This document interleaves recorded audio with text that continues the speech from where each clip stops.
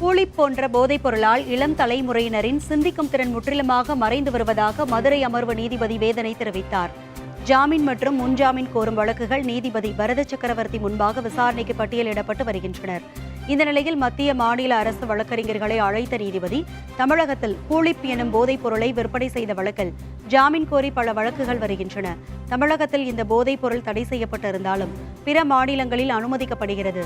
சமீப காலமாக பள்ளி மாணவர்கள் சண்டையிட்டுக் கொள்ளும் சம்பவங்கள் அதிகரித்து வருவதற்கு இதுபோன்ற போதைப் பொருட்களின் பயன்பாடே காரணம் என நீதிபதி வருத்தம் தெரிவித்தார்.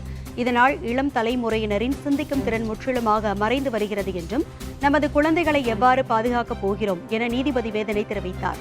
கூலிப் உள்ளிட்ட போதைப் பொருட்களை பாதுகாப்பற்ற உணவுப் பொருள் என அறிவித்து அதனை இந்தியா முழுவதும் ஏன் தடை செய்யக்கூடாது என கேள்வி எழுப்பினார். தொடர்ந்து இதுகுறித்து மத்திய மாநில அரசுகள் தரப்பில் உரிய விளக்கம் பெற்று தெரிவிக்க உத்தரவிட்டார்.